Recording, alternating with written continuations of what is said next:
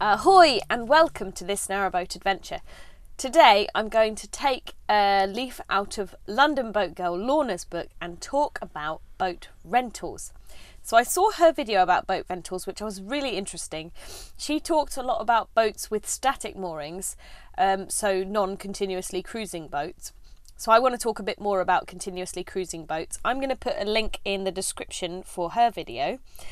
So she talks about how people might come into renting, and by that I mean come into needing to rent a boat out.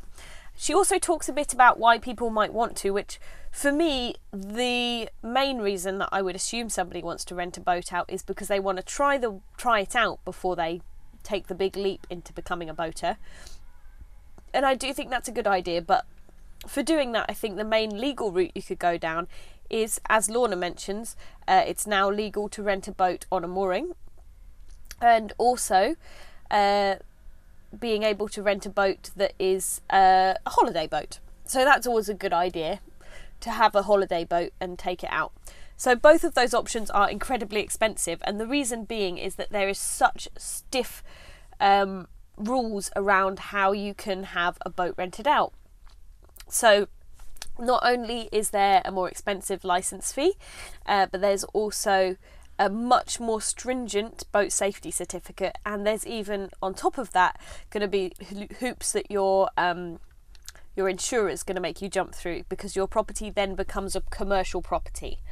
So all of this means that if you are renting a boat, you would expect it to be very expensive.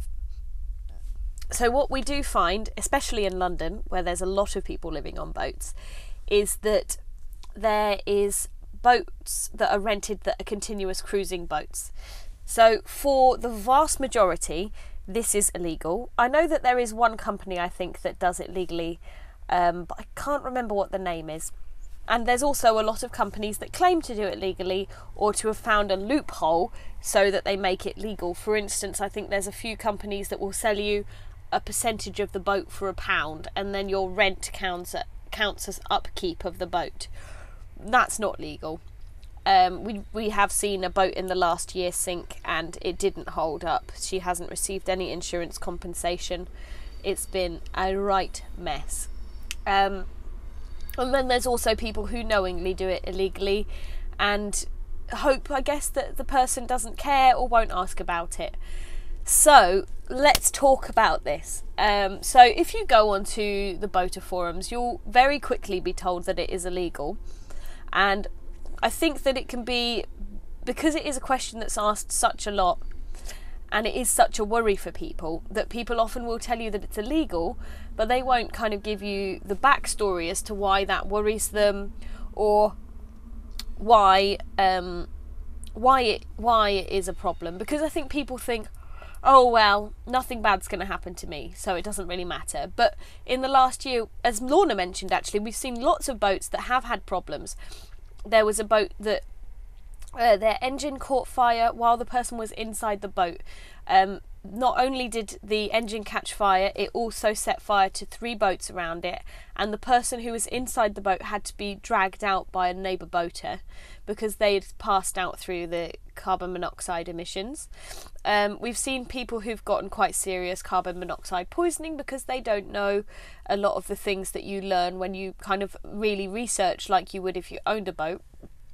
And then we've also seen people whose boats have sunk through one reason or another, whether it's that they are very new to boating and they've made some sort of mistake in the lock, or whether it's just that something has happened within the engine that would have been prevented by the more stringent boat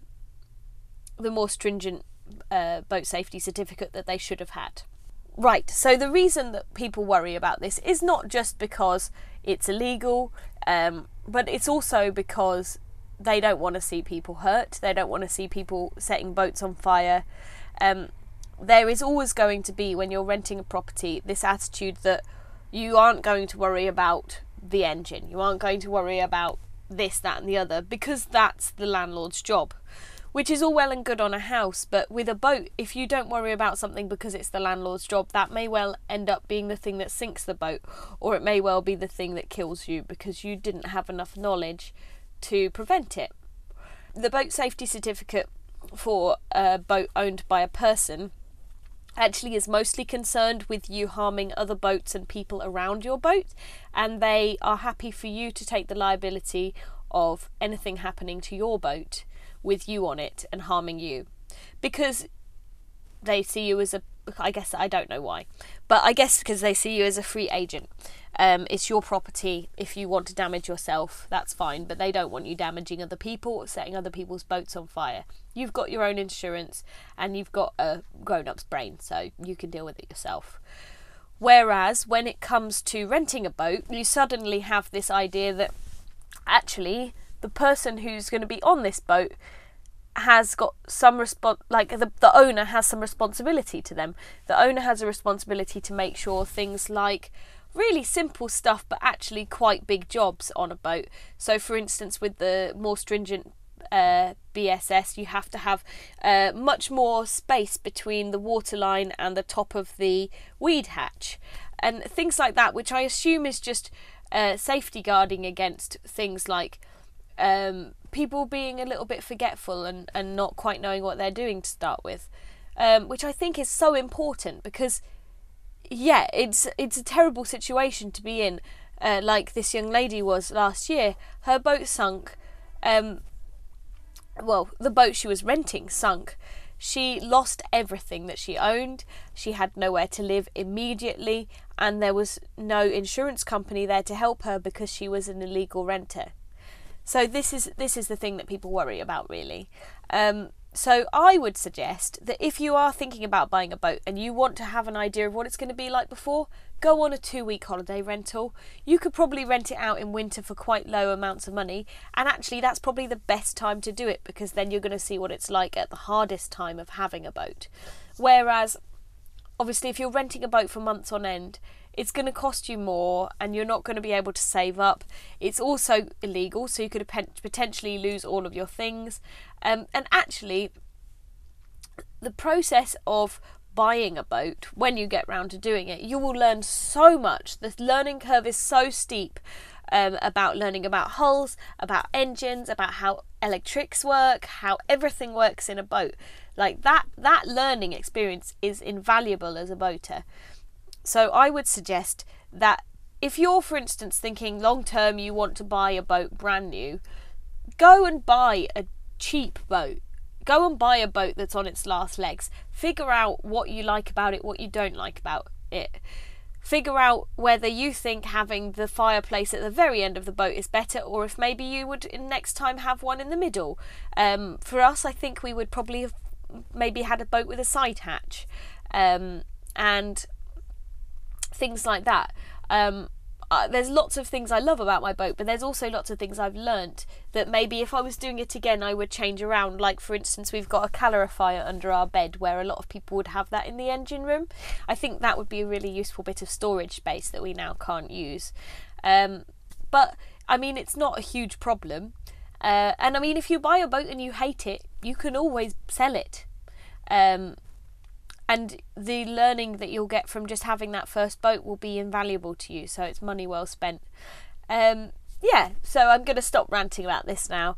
Thank you, Lorna, for making a great video on the subject about static moorings, because obviously if you were to rent a boat on a permanent mooring, there's a lot less rules, I think. The CRT just introduced a static rental mooring licence or something along those lines in June, so that is now an option. But as far as continuous cruising go, I think there's only one company that does it long term legally, and then there's the holiday boating companies. And aside from that, I think that it's one of those things that you have to do a lot of research into. And I wouldn't discount things like Canal World forums are fantastic. If you have any questions about a company, post on Canal World forums. There's so many people on there that can tell you their experiences. The same with like London Boaters. New London Boaters is a really good one if you have questions that you might think are sort of obvious. So yeah, I mean, there's lots of different forums, there's lots of different places you can go to ask questions, so don't be afraid to ask. But yeah, be very cautious with renting if that is something you're thinking about doing, and make sure you check out whoever you're renting from scrupulously Thank you very much for watching. If you'd like to join us again on this Narrowboat Adventure, there is a subscribe button down below you can click on. If you prefer Facebook, I have a Facebook that I post the videos on as well. That's over on This Narrowboat Adventure. If you just search that on Facebook, you should find me. And yeah, some people are helping me out on Patreon, which is a crowdfunding platform for ongoing content such as mine. So if you would like to help out there, I'd be very grateful. Thank you very much for watching. Have a wonderful day, and yeah, let's continue with this conversation in the comments down below. Thanks very much then. Bye!